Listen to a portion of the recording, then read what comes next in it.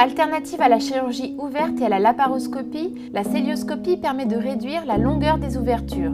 Aujourd'hui, ces techniques mini-invasives connaissent une nouvelle révolution avec la chirurgie robotique. Le principe de la cœlioscopie, c'est de mettre, au lieu d'ouvrir le ventre en grand, c'est de mettre en place plusieurs trocars, donc plusieurs petits orifices pour passer la caméra et les instruments.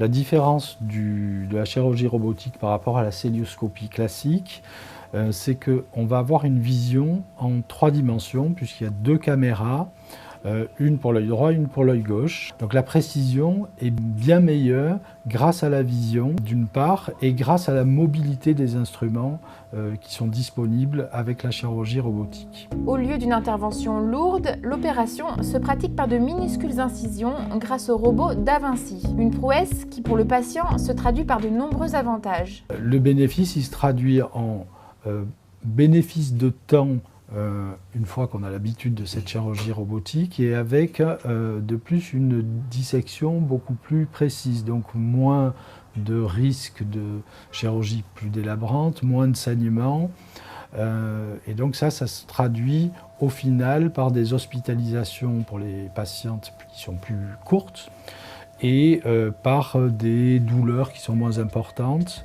Cancer urologique, gynécologique, cancer de la langue, du larynx, de la thyroïde, du pancréas, les indications du robot Da Vinci sont nombreuses. Mais à l'Institut Paoli-Calmette, 2 disciplines ont particulièrement été développées.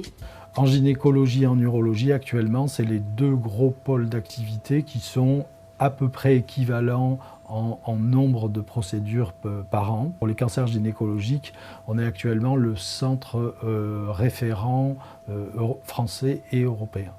Le développement commence également en chirurgie cancérologique digestive. Aujourd'hui, les dernières générations du robot Da Vinci permettent une meilleure vision et une meilleure précision grâce à des bras articulés qui permettent des mouvements sur 360 degrés.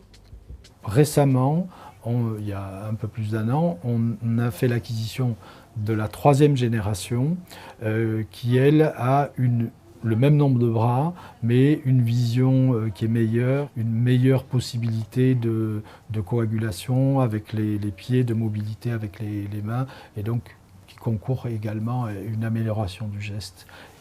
Et nous a conduit à réaliser en cœlioscopie des interventions qui classiquement qu'on réalisait uniquement avec la grande ouverture de la parotomie. Le robot ne remplace pas l'homme, mais en est un prolongement. Le chirurgien reste le seul décideur, ce qui implique de disposer de professionnels bien formés. Pour cela, des simulateurs permettent de se faire la main avant d'opérer au bloc.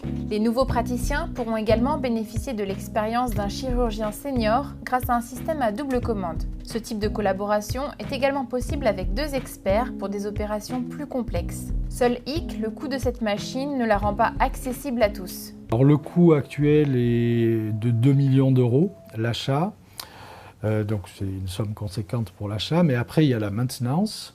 Dans le médical, en gros, la maintenance c'est 10% du prix d'achat par an. Et puis il y a le consommable, c'est-à-dire que les instruments pour opérer ne sont utilisables que 10 fois. 10 fois, donc un instrument coûte environ 1 000 €, donc c'est environ 100 € la procédure pour chaque instrument. Faute de tarification spécifique pour l'utilisation de ces techniques robotiques, le surcoût est pris en charge par l'établissement, sans frais supplémentaires pour les patients.